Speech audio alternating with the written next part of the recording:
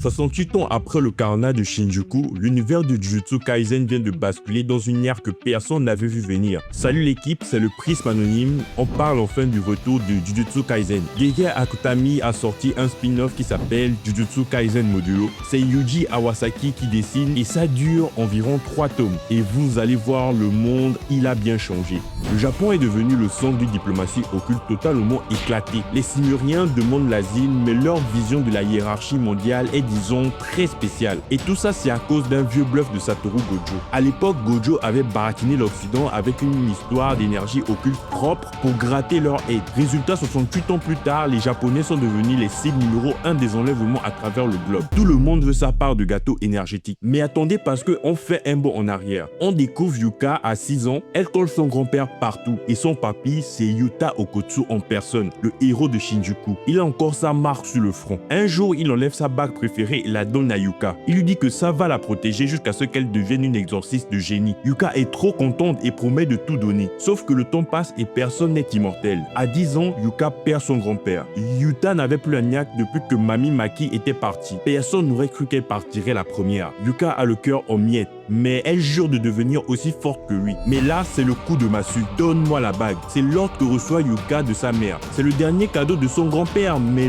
pour le clan Gojo, c'est un artefact occulte bien trop puissant pour elle. Ils ont décidé que c'est son grand frère, Tsurugi, qui doit le porter. Yuka pète un câble et va confronter son grand frère. Elle lui demande de lui rendre son seul souvenir de papy. Tsurugi l'envoie bouler. Yuka essaie de la lui reprendre de force. Un seul coup, c'est tout ce qu'il faut à Tsurugi pour envoyer sa sœur au tapis, le visage en vrac. La bague change de main par la force. Yuka, humilié, jure de devenir une brute épaisse pour forcer tout le monde à reconnaître sa valeur. Mais le vrai danger ne vient pas seulement des querelles familiales. Dans les recoins sombres de Tokyo, dans un squat délabré, un mec louche joue à une console rétro avec un gamin. Le perso du jeu meurt et le mec devient super flippant. Il demande au petit si ça ne le dérange pas de devenir un cadavre lui aussi. C'est ça le quotidien à Tokyo en ce moment. Les enlèvements d'enfants terrorisent tout le monde. C'est dans ce contexte que Yuka, 16 ans, et son frère Tsurugi, 17 ans, partent en mission. Ils doivent enquêter sur ces disparitions. Mais ils ne sont pas seuls. Ils se tapent un invité surprise, Maru. C'est un observateur envoyé par les aliens pour voir si les exorcistes tiennent la route. Le problème, le mec est un noob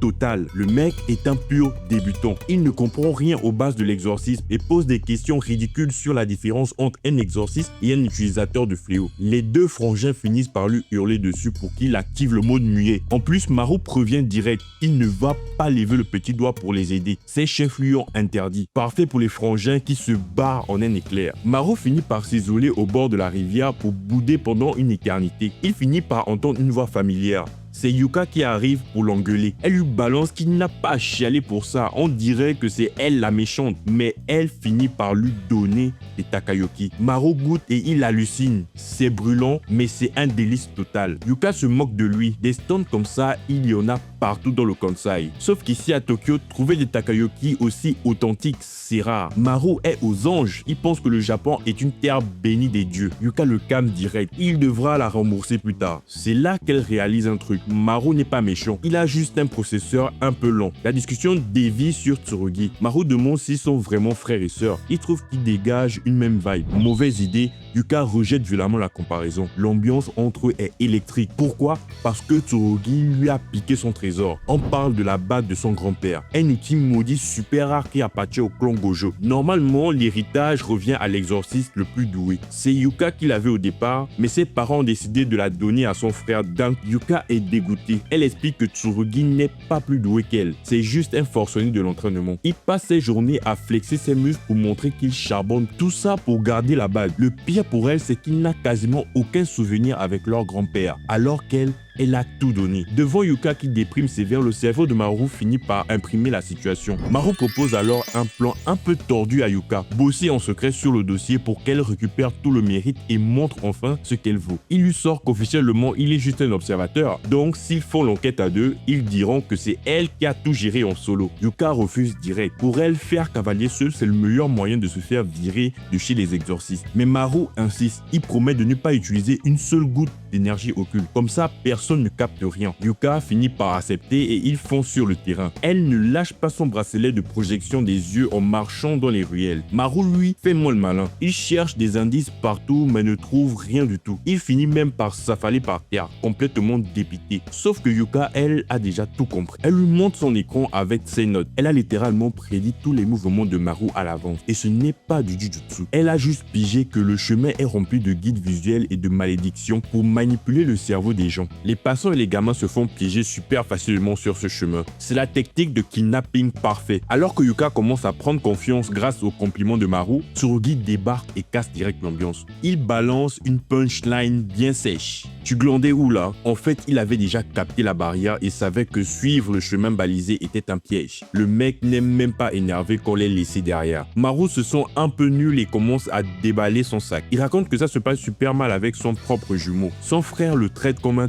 teubé et ne veut plus lui parler. Maru veut juste que Yuka et Tsurugi s'entendent mieux pour ne pas finir comme lui. Mais Yuka le remballe direct. Elle n'en a rien à faire de ces histoires de famille. Elle veut juste récupérer sa bague. Le trio arrive enfin au point de départ du chemin des ravisseurs. Le plan est simple, bloquer les accès pour désactiver la barrière. Et là, retournement total, un gamin déboule de nulle part, force le passage et s'enfonce dans les ruelles. Il court pour le rattraper, mais c'est trop tard. Une main d'homme géante sort du néant, attrape le petit et s'évapore. C'est de la téléportation spatiale. Le ravisseur est forcément un exorciste de rang S. Tsurugi décide de foncer seul dans le tas. Il envoie les autres pleurer chez Papi Yuta. Mais Yuka est têtue, elle ne recule devant rien. Sauf qu'un nouveau problème surgit. La main obscure revient et cette fois, elle vise Tsurugi. Pourquoi lui? C'est là que Yuka nous apprend que Tsurugi n'a aucune énergie en lui. Il dépend à 100% de ses outils pour se battre. Son sabre est un outil maudit. Normalement, la barrière rejette les objets avec trop d'énergie occulte. Et là, c'est le drame. Le sauveur vient de devenir la victime. Tsurugi est ligoté comme un saucisson par un daron complètement ravagé qui lui annonce un truc de dingue. Des aliens débarquent sur Terre et le Japon est sur le point de s'effondrer. On repart sur Yuka. Elle discute avec le nouveau et elle est en mode flemme totale. Elle ne veut pas bouger pour son frère. Sauf que Maru essaie d'abord de la raisonner. Il veut garder son sang-froid, aller faire un rapport à Uzami Sensei et s'arrêter là. Mais Uzami est coincé à Tokyo, donc c'est mort pour les renforts. Le nouveau essaie de lui faire la leçon. Il lui dit que c'est son sang, que si Tsurugi crève, c'est game over et elle va le regretter toute sa vie. Il lui parle de ses rêves, de ne pas lâcher l'affaire. Yuka finit par craquer, mais à sa sauce. Je ne vais pas l'aider, je vais juste aller lui péter la gueule, nuance. Sauf que pendant ce temps, Tsurugi est vraiment dans la muse. Il est toujours saucissonné. Le mec en face de lui explique que les rues de Kyoto sont parfaites pour sa technique de barrière. Tsurugi le traite de débile parce qu'il a osé attaquer en plein territoire de l'école. Mais le daron s'en fout. Il lui balance qu'il va arrêter son trafic d'êtres humains parce que les aliens arrivent pour de vrai. Et là, ça devient sérieux. Tsurugi croit qu'il est tombé sur un fou, mais le mec insiste. Le QG a classé cette invasion en classe spéciale. C'est le même niveau que Tsukuna il y a 68 ans. Le mec rappelle que Gojo, Itadori et les autres cracks avaient géré la traque meurtrière à l'époque, mais ils ne sont plus là. Le vrai problème, c'est que si le monde entier capte que les exorcistes japonais sont devenus nuls, le business de l'énergie occulte va couler et la côte du Japon va finir au fond d'un trou. Imaginez le délire. Tsurugi Okotsu est coincé dans un vieux quartier tout pourri. C'est une zone abandonnée depuis des lustres parce qu'il n'y avait plus de thunes pour les infrastructures. Et là, un trafiquant lui sort tranquillement qu'il va le vendre aux enchères. Le mec le voit juste comme de la marchandise parce que c'est un exorciste, même si son énergie maudite est naze. Le ravisseur veut se faire un dernier pactole avant de se casser. Tsurugi lui demande s'il a déjà vendu les gamins de tout à l'heure. Le type répond que ouais, ils sont déjà emballés, prêts à l'envoi. Il déteste les gosses, il les trouve sales, sans imagination. Tsurugi le remballe direct. Un adulte qui n'a pas de vrai taf, c'est juste triste. Le mec rigole et lui dit que de toute façon, personne ne viendra le sortir de là. Sauf que Yuka et Maru débarquent pour casser l'ambiance. Si le duo a trouvé la planque, c'est grâce au flair de Maru. Son pouvoir permet à Yuka de se synchroniser avec ce qu'il a autour. Maru a servi de GPS humain pour verrouiller la position de Tsurugi. Et là, vous oubliez les retrouvailles avec les câlins. On est dans Jujutsu Kaisen, pas dans un club de vacances. Yuka entre et lâche direct. On règle ça maintenant, en un contre un. Maru ne comprend plus rien. Il bug complet. Le pire, c'est que Yuka ne plaisante pas. Elle veut lui mettre une correction. Elle sort ses griffes et passe à l'offensive. Tsurugi n'a pas le choix. Il doit encaisser. Ça s'échange des droites, des kicks dans tous les sens. Tsurugi repère une faille, dégage le bras de Yuka d'un coup et stoppe son poing à 2 mm de son visage. Yuka sourit et sait qu'il a charbonné dur pour en arriver là. Mais c'est là que ça déraille. Yuka se tourne vers l'exorciste maudit. Rends-toi, espèce de naze. Elle est peut-être perchée, mais quand il faut fumer un ennemi, elle ne rigole plus. Elle consomme son énergie et ses doigts deviennent des griffes acérées. C'est sa technique, griffe d'alligator. Elle lui déchire le bras en un clin d'œil. Le type recule, active un saut au sol et se téléporte direct derrière elle. Il sort une arme maudite bizarre. Dans cette pièce scellée, Yuka commence à galérer. Et là, retournement total, Tsurugi décide d'entrer dans la danse. Il demande son sabre à Maru. L'arme s'appelle Inoyage, l'éclat de la nuit de feu. Des étincelles s'allument sur la lame. Style New Shadow, dégainage, une énorme vague de flammes envahit toute la pièce. Yuka Okotsu lance un assaut frontal contre le maître des fléaux. Elle utilise sa technique de prédatrice, griffe canine, formation du dragon, pour terrasser son adversaire et finit le combat en 2 secondes. Concrètement, les sauts partent en fumée. Yuka est chargée à bloc et ne laisse aucun repli au maître des fléaux. À part les cheveux de Maru qui est un peu pris cher à cause des flammes, le trio s'en sort en mode perfect. Les gamins kidnappés sont sauvés et Tsurugi s'adoucit enfin. Il dit à Yuka qu'elle est devenue balèze et qu'il va charbonner pour lui rendre sa bague au plus vite. Sauf que là, on fait un bond en arrière. Tsurugi avait 7 ans. C'était un vrai petit pot à colle avec sa grand-mère. Elle lui expliquait que perdre quelqu'un donne une force de malade, mais que c'est à double tranchant. À l'époque, il ne captait rien. Il était juste jaloux parce que Yuka avait récupéré la bague de leur pépé. Lui aussi en voulait une, mais sa grand-mère lui a dit non. Pour elle, c'est un talisman de protection et Tsurugi est déjà un vrai monstre. Il n'en avait pas besoin. Sauf qu'après la mort de son grand-père, tout part en vrille. À 11 ans, le clan Gojo décide que c'est lui qui doit garder la bague. Il refuse. Il dit que c'est un gadget inutile, mais le clan s'en tape. Il part en chialant et se jure de devenir assez fort pour ne plus avoir besoin de ce truc. Mais retour aux prisons, Yuka bug complètement sur la déclaration de son frère. C'est là que l'exorciste ligoté pète un câble. Il insulte tout le monde et ses veines de ki envahissent chaque recoin de la pièce. Il veut téléporter les gamins ailleurs pour les livrer aux acheteurs. Et là, grosse surprise, une force mystérieuse sort du 3e œil de Maru et fonce sur l'exorciste. Avant même que la fratrie ne comprenne ce qui se passe, tout le réseau de ki s'évapore. Le coupable tombe KO technique. Yuka et Tsurugi fixent le front de Maru, totalement choqués. Ils se demandent carrément si ce n'est pas un alien. On est là face à un incident de classe spéciale, du niveau de Sukuna. 68 ans plus tard, c'est encore des gamins qui portent le destin du monde sur leur dos. Tout commence par un rendez-vous secret au musée des sciences de Kyoto. Les mecs de la sécu flippent. Ils ont peur de ramener un virus spatial ou de déclencher une guerre parce qu'ils ne connaissent rien au code des aliens. Mino a charbonné ses études comme un dingue pour éviter des problèmes comme cela. Mais là, il est en plein dedans. Les 2 émissaires de la planète Simuria arrivent enfin. Le premier, c'est Javaroma. Le vieux ressemble trait pour trait à Maître Tengen. Il présente son collègue, Cross, avec une politesse extrême. Et là, premier choc, le mec parle un japonais absolument parfait. Uzami sourit pour la forme, mais il est tendu comme un string. Mino, lui, bouillonne intérieurement. Pourquoi personne n'a prévenu qu'il parlait japonais? Au State, il parlait anglais, non? On leur met la pression sur leur technologie, mais on leur cache l'essentiel. C'est du foutage de gueule pur et simple. Sauf que le pire arrive. Javaroma demande si leur 3e représentant peut s'incruster à la réunion. Évidemment, Uzami ne peut pas dire non. Et là, c'est le séisme. Un colosse déboule dans la salle. Uzami et Mino perdent instantanément leur sang-froid. Le type dégage une aura tellement flippante qu'il en tremble encore après la réunion. On parle d'une menace de rang Ryomen Sukuna. Tu vois le délire? S'il décide d'attaquer, il pille le Japon en 2 secondes. On est au pied du mur. Mais attendez, parce que la proposition des aliens est encore plus dingue. Ils veulent cacher leur identité pour infiltrer l'école des exorcistes. Ils veulent faire des missions avec les humains. Vu la puissance du colosse, c'est presque un détail, mais c'est un risque colossal. C'est là qu'Uzami prend une décision radicale. Il décide de confier cette mission aux héritiers d'Okotsu, Yuka et son frère Tsurugi. Ils sont doués, mais ce sont encore des gamins. Mino hallucine. On va vraiment confier le destin de la Terre à des gosses? Ces types disent qu'ils sont des réfugiés, mais personne ne peut prouver qu'ils ne sont pas là pour tout envahir. Et le timing est catastrophique.